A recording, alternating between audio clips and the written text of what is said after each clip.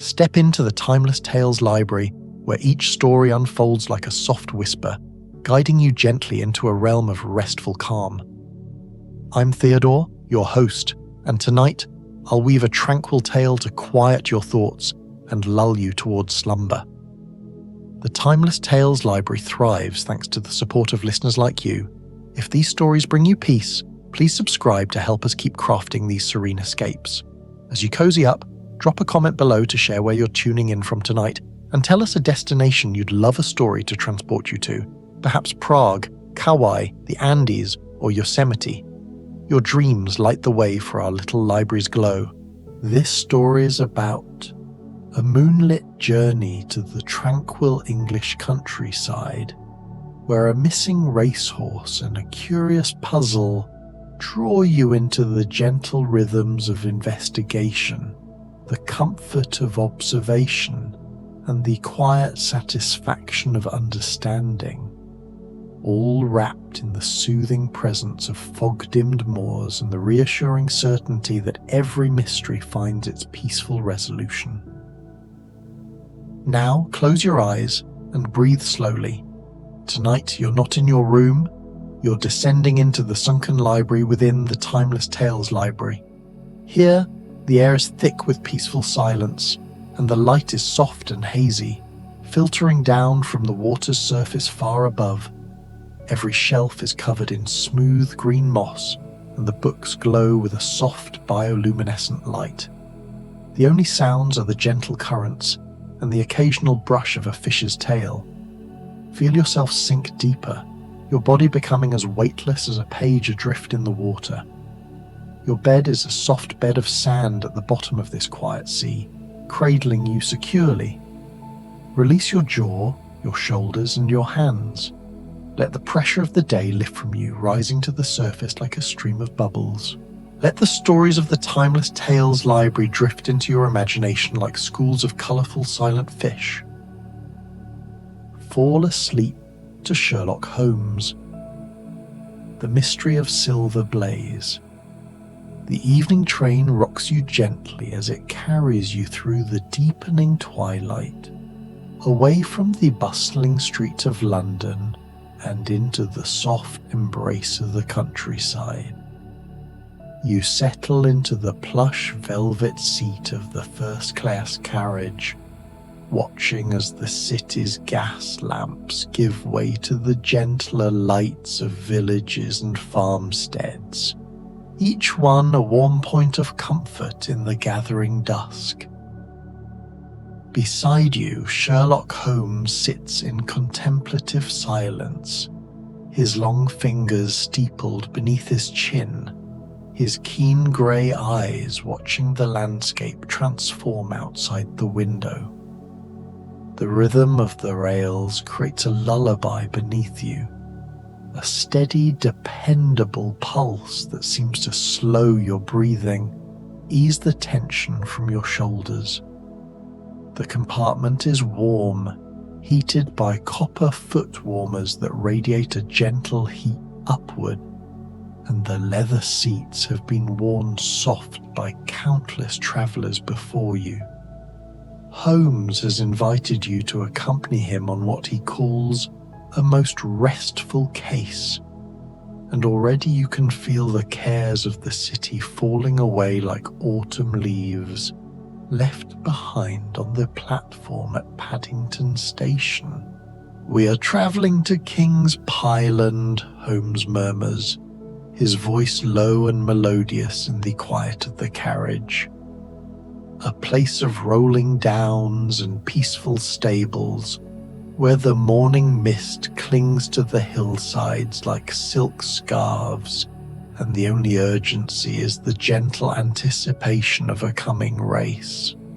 The Wessex Cup, to be precise, a race that draws the finest horses in England to compete on grounds where the turf has been tended for generations. You nod, letting his words wash over you like a warm bath. Through the window, the last rays of sunset paint the clouds in shades of rose and lavender, streaking across the sky in horizontal bands of color that seem to stretch on forever. The fields beyond are turning from gold to amber in the fading light, and here and there you can see sheep grazing on distant hillsides, small white dots against the darkening green. The case, as Holmes has explained it, concerns a racehorse named Silver Blaze, a magnificent creature, a champion thoroughbred who has disappeared from his stable under the most puzzling circumstances. The horse is valued at 5,000 guineas, a fortune by any measure, and is favoured to win the upcoming race by a considerable margin.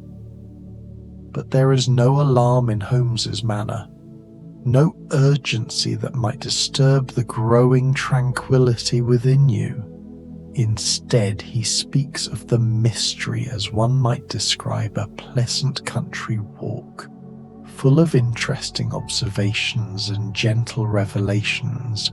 The beauty of such puzzles, Holmes continues, his voice like honey and smoke, lies not in their drama, but in their details. The way a footprint tells a story, the way silence itself can speak volumes.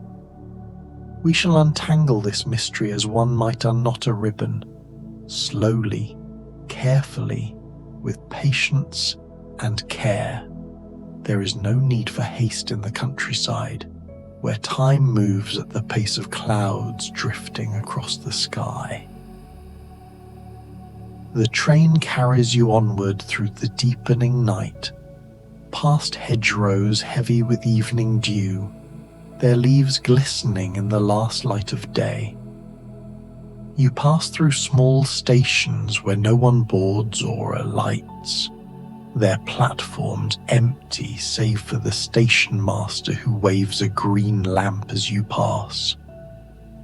The countryside becomes more rugged now, with outcroppings of grey stone pushing through the earth and dark woods standing silent in the valleys.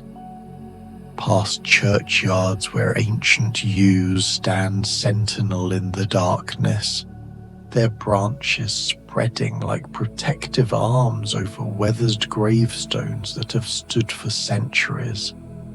The carriage is warm, the lamplight soft and golden, casting a honeyed glow over everything it touches.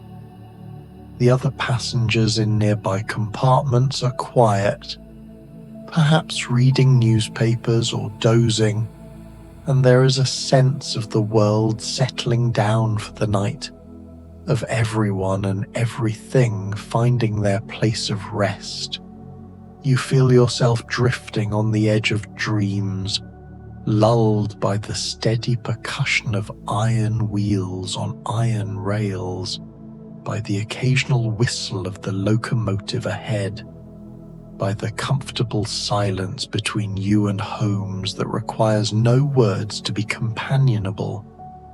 When at last you arrive at the small station near King's Pyland, the night has fully descended, bringing with it a soft mist that hangs in the air like gauze. The platform is quiet, deserted save for a single porter who moves with unhurried steps, his lantern swaying gently as he walks. The light catches in the mist, creating small halos of illumination that seem to float in the darkness. Holmes helps you down from the carriage, and you stand for a moment, breathing in the cool, clean air that tastes of grass and earth and distant rain. There is a smell, too, of peat smoke from nearby cottages, and the faint perfume of night-blooming flowers, jasmine perhaps, or honeysuckle. A carriage awaits to carry you the final miles to the training stables, and as you settle into its leather seats, wrapped in a travelling blanket against the evening chill, You gaze out at the landscape passing by. The driver sits above, making soft clicking sounds to encourage the horse, and you can hear the steady clip-clop of hooves on the country lane, a sound as old as time itself. The Dartmoor countryside spreads around you in gentle undulations, the hills rising and falling like the chest of a sleeping giant.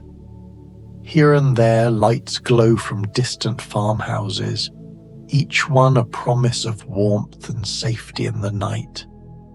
Some windows show the flicker of firelight, others the steadier glow of oil lamps, and you imagine families gathered around their hearths, sharing the day's stories before retiring to bed. Holmes speaks quietly of what you will find at King's Pyland, the stables where Silver Blaze was kept, the scene of the strange disappearance. But his words are measured, thoughtful, with none of the sharp edges that might disturb your growing peace. He describes the landscape with a painter's eye, the way the training grounds stretch across the downs, miles of carefully maintained grass where horses can gallop freely, the manner in which the morning fog gathers in the valleys, creating pockets of white that the rising sun slowly dissolves, the sound of horses breathing softly in their stalls as dawn approaches, their warm breath creating small clouds in the cool air, the way the stable boys move quietly in the early hours, carrying buckets of water and armfuls of fresh hay, speaking in low voices so as not to startle their charges. The carriage rolls smoothly along the country lane, and you let your head rest against the cushioned seat, your eyes half closed, watching the mist swirl in the lantern light. There is something deeply comforting about this journey, the sense of moving through a world that is both mysterious and entirely safe, where every question has an answer waiting to be discovered, and every answer brings only peace. The countryside here feels ancient, timeless, as though these same hills and valleys have been sheltering travelers for thousands of years, offering rest and refuge to all who pass through. At last you arrive at King's Pyland, and even in the darkness you can sense the orderliness of the place. The stables are neat and well kept, their white painted walls glowing softly in the lamplight that spills from several windows.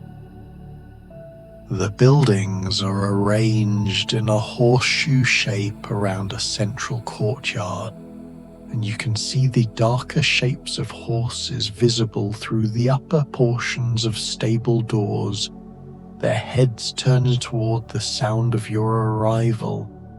The smell of hay and horses drifts on the night air, mingling with the scent of the moors, heather and gorse, and the clean smell of grass after rain. It is a good smell, an honest smell, speaking of care and attention and the patient work of generations. Colonel Ross, the owner of Silver Blaze, greets you with quiet courtesy, his voice hushed as though reluctant to disturb the stillness of the night. He is a gentleman of the old school, perhaps 60 years of age, with a military bearing softened by genuine concern for his missing horse. His face shows the lines of recent worry, but these ease somewhat at the sight of Holmes, and you can see in his eyes a hope that the famous detective will set everything right. But even this concern is gentle, tempered by his trust in Holmes and by the peaceful atmosphere of this place. "The horse vanished 3 nights ago," the colonel explains as he leads you through the grounds, his lantern casting long shadows across the cobblestones. "And our trainer, John Straker, was found dead on the moor not far from here. A terrible tragedy, yet no sign of violence at the stable, no indication of struggle. It is as though Silver Blaze simply walked away into the night and Straker followed, only to meet with some accident in the darkness." You follow Holmes and the colonel across the yard, your feet quiet on the gravel. The stable buildings stand in orderly rows, each one housing 6 or 8 horses, and from within comes the soft sound of horses shifting in their sleep, the occasional gentle whicker, the rustle of straw as they settle themselves more comfortably. It is a sound that seems to come from the edge of dreams, comforting and familiar, like the breathing of someone sleeping peacefully nearby. Holmes pauses at the entrance to Silver Blaze's stall, studying it with his characteristic intensity.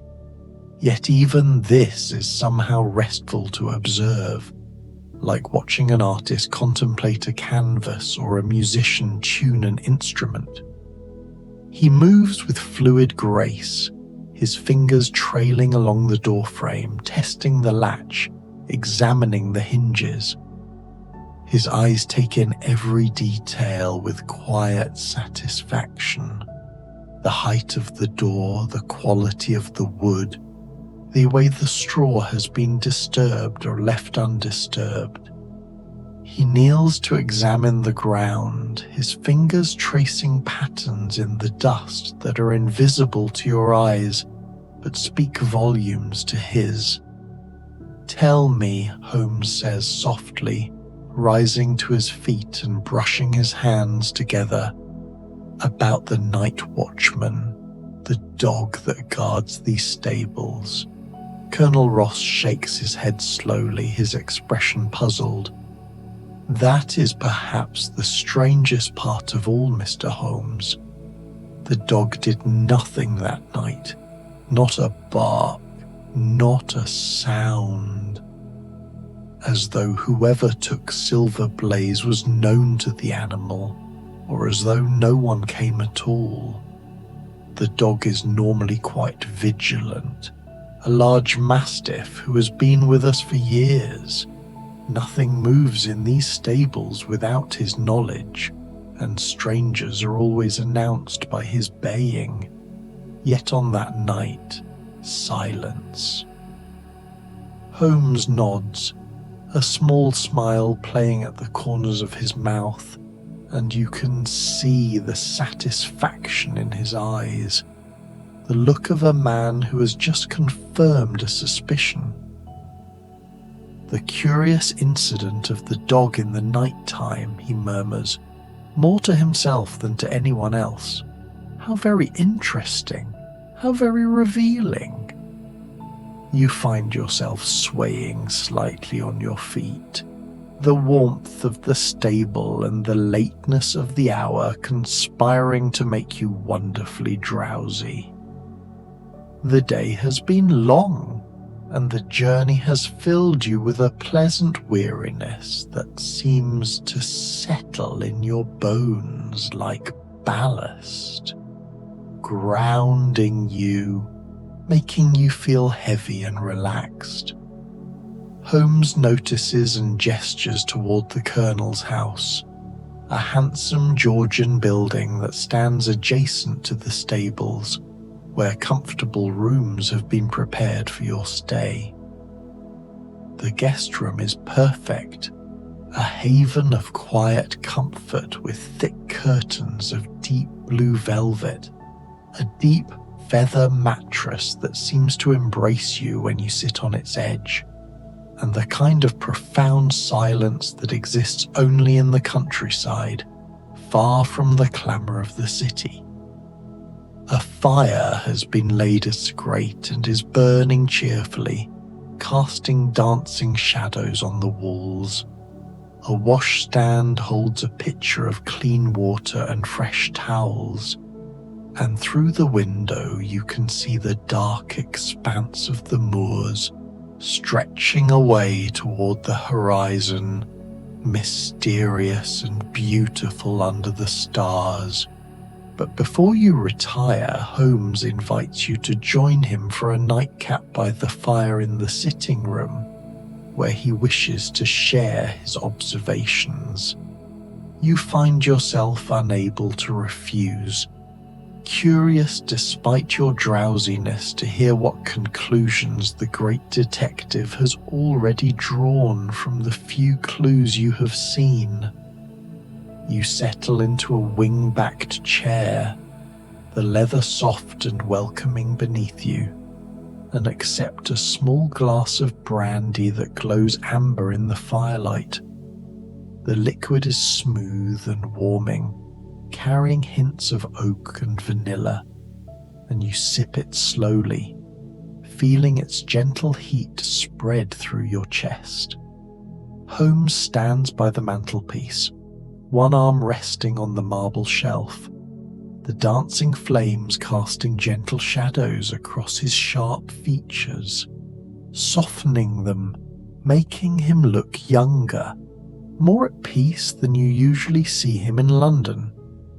The solution to this mystery, he begins, his voice barely above a murmur, lies not in what we see, but in what we understand. Consider the facts as we know them. The trainer, John Straker, was a trusted man, employed here for many years. He knew all the horses intimately, had raised some of them from foals. The dog knew him well as it knew the colonel himself. And on the night of the disappearance, someone needed a particular kind of surgical knife, one that was found in Straker's possession when his body was discovered. The fire crackles softly, sending small showers of sparks up the chimney, and you feel the last pieces of the puzzle beginning to arrange themselves in your mind, though you cannot yet see the full picture. Holmes continues, his voice taking on the quality of a storyteller settling into a familiar tale. Add to this certain other facts. Straker had debts, gambling debts in particular. His wife, all unknowing, received a dress from a London modiste, expensive beyond their means, and most tellingly, the surgical knife found with him was of a type used for a very specific purpose, a purpose no honest trainer would need on the open moor in the dead of night. You sip your brandy, feeling its warmth spread through you like liquid comfort, and listen as Holmes weaves his explanation like a bedtime story, each detail falling into place with satisfying gentleness, like puzzle pieces sliding into their proper positions. Straker intended to lame the horse, Holmes continues, his tone somehow both matter-of-fact and infinitely kind, understanding human weakness without condoning it. A small injury, carefully placed, just enough to prevent Silver Blaze from winning the race. Nothing that would permanently harm the animal. It would allow Straker to profit from bets placed on other horses, to settle his debts and restore his finances. He took the horse from the stable in the night. A man the dog knew, so no alarm was raised. He led Silver Blaze out onto the moor, perhaps with a lantern to light the way, intending to perform this small surgery where no one would witness it. Holmes pauses, taking a sip from his own glass, and the firelight catches the crystal, sending rainbow fragments dancing across the ceiling. But Silver Blaze, when threatened, when he felt the touch of that knife, defended himself as any creature might. There was no villain from outside, no dramatic intruder in the night, no elaborate plot by rival stables. Only a trusted man making a poor choice out of desperation, and a horse acting on instinct, lashing out with his hooves as any animal would when threatened with pain. Straker fell, struck his head, and died there on the moor. And Silver Blaze, frightened and confused, wandered away into the night, seeking shelter, seeking safety. The fire crackles softly, and you feel the complete picture forming now, understanding flooding through you like warm honey. It makes sense, perfect sense, and there is something deeply satisfying in the way all the scattered pieces have come together to create a coherent whole. No villains, no elaborate schemes, just human weakness, an animal instinct, a tragedy born of desperation rather than malice. And where is Silver Blaze now? You ask, your voice drowsy with contentment and the late hour and the effects of the brandy. Holmes's smile deepens and his eyes seem to glow in the firelight. Ah, that is the most delightful part of all. Tomorrow morning, when the mist lifts from the moors and the sun rises over the downs, we shall walk across the countryside to Mapleton, the rival training establishment some miles distant, and there, among their horses, we shall find Silver Blaze, unharmed and content, having simply wandered to the nearest shelter after the incident. Sometimes, my dear friend, the lost find their own way home, or at least to a place of temporary safety, until those who seek them can bring them back where they belong. You finish your brandy, the last drops carrying that same warming smoothness, and bid Holmes good night, climbing the stairs to your room with slow, peaceful steps. Each step feels deliberate and measured, and you run your hand along the smooth banister, feeling the cool wood beneath your palm. The bed welcomes you like an old friend, the sheets cool and crisp against your skin, smelling faintly of lavender from the sachet tucked beneath the pillow. The pillows are impossibly soft beneath your head, and the mattress seems to conform to your body, supporting you in perfect comfort. Through the window you can see the moors stretching away into darkness, mysterious and beautiful, holding their secrets with gentle grace.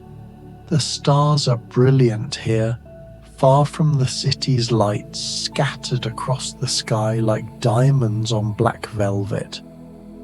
You can make out the familiar constellations, Orion with his belt, the plough pointing toward the North Star, and watching them fills you with a sense of connection to something vast and eternal. Sleep comes quickly, and with it, dreams of the morning to come, dreams of walking across the misty downs with Holmes at your side, the grass wet with dew beneath your feet, each step leaving a temporary print that slowly fades, the air fresh and clean in your lungs, tasting of earth and growing things. You dream of finding Silver Blaze, magnificent and calm, his silver coat gleaming in the early light like polished metal, his dark eyes wise and knowing, understanding in the way that animals sometimes do. You dream of the satisfaction of understanding, of seeing how all the scattered pieces of the puzzle fit together to create a picture of perfect sense, nothing wasted, everything in its place. And when morning does arrive, just as in your dreams, everything is exactly as Holmes predicted. You wake to soft light filtering through the curtains and the sound of birdsong from the garden below, larks and thrushes greeting the day with their liquid songs. You dress slowly, savouring the peaceful morning, and descend to find breakfast laid out in the dining room. Fresh eggs and bacon, warm bread with butter and jam, strong tea that steams invitingly in your cup. After breakfast, the mist lies thick across the moors as you set out, walking the ancient paths that cross the downs. Holmes has borrowed a walking stick from the Colonel, though he uses it more as an affectation than from need, swinging it rhythmically as he walks. You follow paths that shepherds have used for centuries, marked here and there with standing stones whose origins are lost to time. The world is hushed, wrapped in grey-white silence that seems to muffle all sound, and your footsteps are muffled by the soft earth and grass.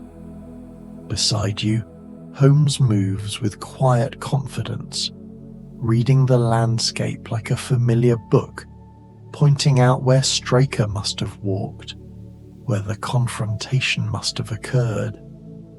The walk is long but never tiring. Each step takes you deeper into tranquility, further from any concern or worry. The mist clings to your clothing, leaving tiny droplets that glisten like jewels. You pass through patches of heather, purple blooms nodding gently in the morning breeze, releasing their subtle perfume. You skirt the edge of a small stream, its water singing softly over smooth stones that have been polished by centuries of flow, creating a music more soothing than any lullaby. And gradually as you walk, the mist begins to thin, revealing the rolling hills in all their green glory, the sky above lightening from pearl to cream to the palest blue, like a watercolor painting slowly gaining color and definition. At Mapleton Stables, just as Holmes foretold, you find Silver Blaze among the other horses, standing in a paddock as though he has always belonged there. He is even more beautiful than you imagined, tall and powerful, standing perhaps 16 hands high, with a coat that shimmers like moonlight on water. His mane and tail are like spun silver, catching the light with every movement, and he has an intelligent eye that seems to understand everything, to hold knowledge that goes beyond mere animal instinct. There is something noble about him, something that justifies his name and his reputation. The owner of Mapleton, a gentleman named Silas Brown, confesses sheepishly that he found the horse wandering on the moor in the early morning light, and recognizing his value, for who in racing circles would not recognize the famous Silver Blaze, decided to keep him hidden until after the race, hoping to profit from the confusion. With Silver Blaze unable to run, the odds on other horses would shorten considerably, and Brown had already placed substantial bets accordingly.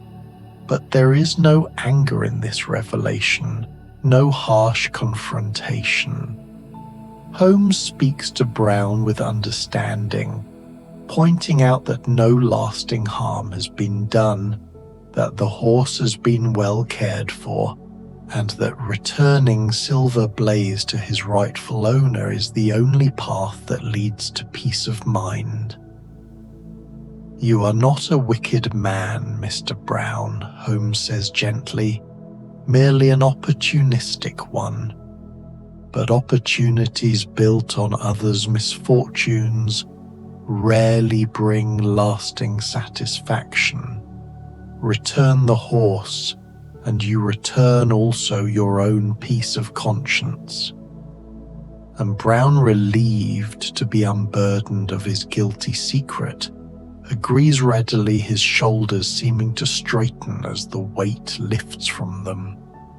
Within the hour, Silver Blaze is being led back across the moors toward King's Pyland, his hooves leaving gentle prints in the soft earth, his tail swishing contentedly in the morning air. He walks calmly, without resistance, as though he knows he is going home, and you find yourself marveling at the quiet dignity of the animal. You walk beside the great horse, one hand occasionally reaching up to touch his warm neck, feeling the life and strength beneath his silver coat, the powerful muscles that slide beneath the skin with each step. His breathing is steady and calm, his presence somehow reassuring, and you understand why men have treasured horses for millennia, why they have been partners in work and war and sport. The sun has broken through completely now, bathing the landscape in golden light, and you feel a deep sense of rightness settling over everything, the kind of satisfaction that comes from seeing justice done gently, from watching complications resolve into simplicity, from witnessing the restoration of order where chaos briefly reigned. At King's Pyland, Colonel Ross greets the return of his champion with quiet joy, his eyes bright with unshed tears. He runs his hand along Silver Blaze's flank, speaks soft words into the horse's ear, and the animal responds by nuzzling gently against the colonel's shoulder, a gesture of recognition and affection. He thanks Holmes profusely but without excessive emotion, understanding somehow that the detective prefers his gratitude to be measured and sincere rather than effusive. "You have done me a service I can never fully repay, Mr. Holmes," he says simply, and those words seem to be enough. Silver Blaze is returned to his stall, where he immediately begins to eat from his manger, chomping contentedly on oats and sweet hay, as calm and content as though he had never been away. The stable boy who tends him, a young lad of perhaps 16 with gentle hands and a way with horses, strokes the horse's nose with obvious affection, murmuring soft words of welcome. "Missed you, boy," he whispers. "Glad you're home." Holmes stands watching for a moment, his hands in his pockets, a look of deep satisfaction on his face. The look of a craftsman who has completed a difficult job well, or an artist who has finished a painting exactly as he envisioned it. Then he turns to you, and his smile is warm and genuine, reaching his eyes in a way it rarely does. "A mystery solved," he says quietly, not with drama or violence, but with observation and understanding. The best kind of resolution, one that brings peace rather than upheaval, one that restores rather than destroys. Straker's fate was tragic, but it was of his own making, and at least no innocent party has suffered permanent harm. You spend the rest of the day at King's Pyland, enjoying the gentle rhythms of life at the training stables. You watch the other horses exercising on the downs, their movements graceful and powerful, their riders calling out to each other in voices that carry across the open land. The horses move in formations, some walking, some trotting, some cantering with obvious pleasure in their own speed and strength. You take lunch in the Colonel's dining room, a simple meal of bread and cheese and cold meat, accompanied by cups of strong tea that taste of comfort and home. The bread is freshly baked that morning, still faintly warm, and the butter melts into it in golden pools. In the afternoon, you walk with Holmes along the edges of the moor, following narrow paths through the heather, discussing not the case just concluded but other things, the patterns of nature, the behavior of animals, the quiet satisfaction of a puzzle well solved.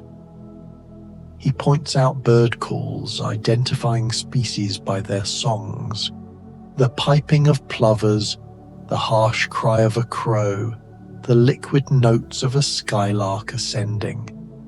He shows you tracks in the soft earth, rabbit, fox, badger, and explains what each pattern tells about the animal's size and speed and purpose.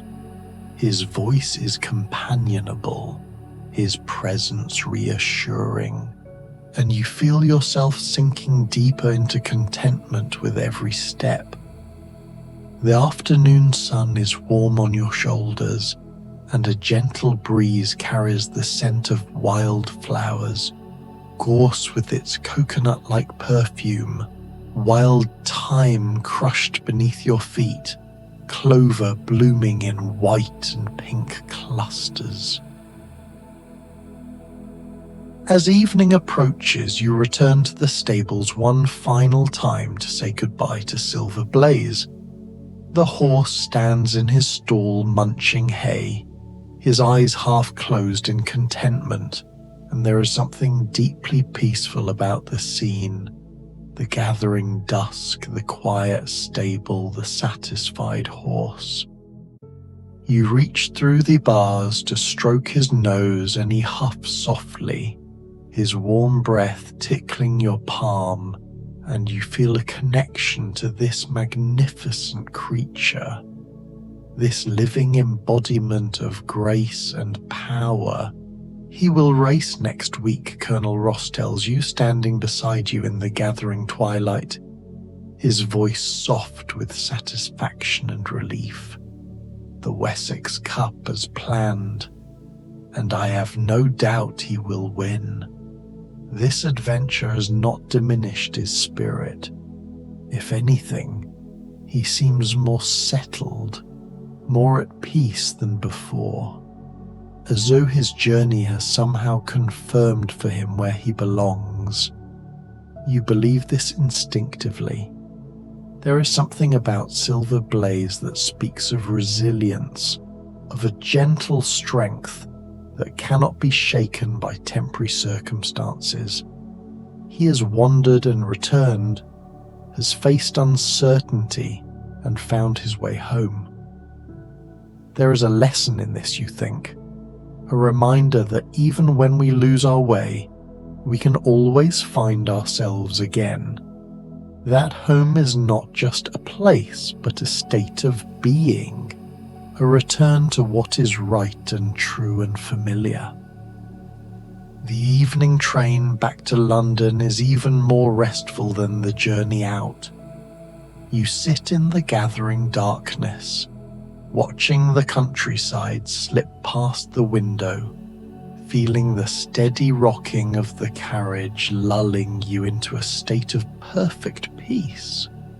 The stars begin to emerge overhead, visible through the carriage window, and you watch them appear one by one, like candles being lit in some vast cathedral. Holmes sits across from you, his eyes closed, his breathing slow and even, perhaps asleep or perhaps simply resting in that peculiar way of his, where the mind and body find equal repose, where consciousness remains but demands nothing, observes without analyzing.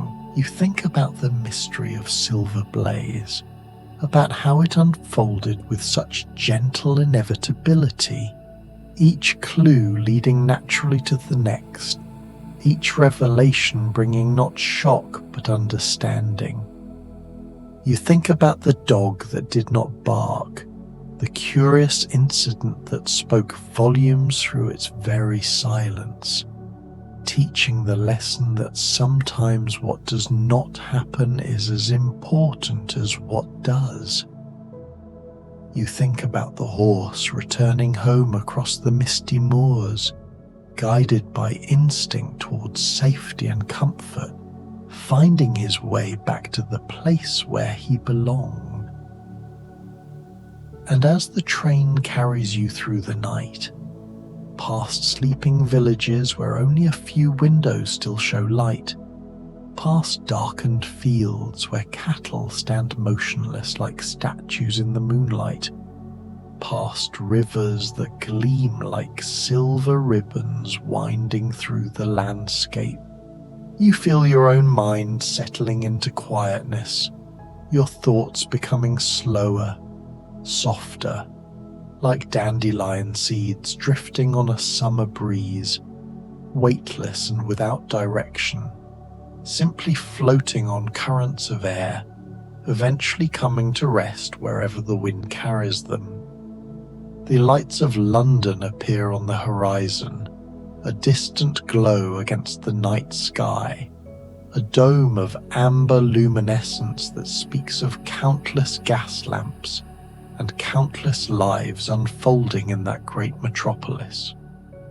But even this does not disturb your tranquility. You know that when you arrive back at Baker Street, you will climb the familiar 17 steps to Holmes's rooms, perhaps share one final cup of tea by the fire while he smokes his pipe and contemplates the next mystery that will surely come, and then you will retire to your own bed with the memory of the moors and the mystery and the magnificent horse called Silver Blaze. But for now, you simply rest, cradled in the gentle motion of the train, suspended between the peaceful countryside and the welcoming city, between waking and sleeping, between the puzzle and its solution. Everything is exactly as it should be. The mystery has been solved. The horse has been found. All is well in this corner of England, on this quiet night, in this moment of perfect peace. Outside the window, more stars continue to appear in the darkening sky, one by one, like lamps being lit in distant windows, like promises being kept, like certainties being confirmed. You watch them emerge, these points of light in the vastness, and you feel yourself part of something larger, a universe that operates according to laws of cause and effect, where every question has an answer, and every mystery, given time and patience and careful observation, yields its secrets to those who seek them with an open mind and a patient heart. Your eyes grow heavier with each passing moment. The rhythm of the rails becomes the rhythm of your breathing, slow and steady and deep, like waves rolling onto a shore, like a heartbeat in the darkness, like the eternal pulse of time itself. You let your head rest against the seat cushion, let your body relax completely, every muscle releasing its tension, every concern melting away like morning mist under the sun, like frost in springtime, like shadows at noon. And as you drift towards sleep, you hear Holmes's voice, very soft, very distant, like a whisper from the edge of dreams, like a benediction, like a promise. Rest now. All mysteries are solved. All is well. Silver blazes home, and so soon shall we be. Rest now and dream of moors and mist and morning light. Dream of questions answered and puzzles completed. Dream of horses running free across green downs, of fog lifting to reveal familiar landscapes, of finding what was lost and returning what belongs. Dream of the gentle satisfaction of understanding, of seeing clearly what was once obscure. Rest now. All is well. All is well. The world continues its turning, steady and sure. The stars keep their courses. The sun will rise tomorrow as it always does, and all shall be well, and all shall be well, and all manner of things shall be well. The train rocks you gently onward through the peaceful night, carrying you home, carrying you toward rest, carrying you into the soft embrace of sleep, where no mysteries remain unsolved, where all questions have answers, where all is peaceful and perfect and exactly as it should be, now and always, in this best of all possible worlds, on this quietest of all quiet nights, in the gentle, eternal, perfect moment of rest. All is well. Silver blazes home. The mystery is solved. Sleep now, dear friend. Sleep now and rest. All is well.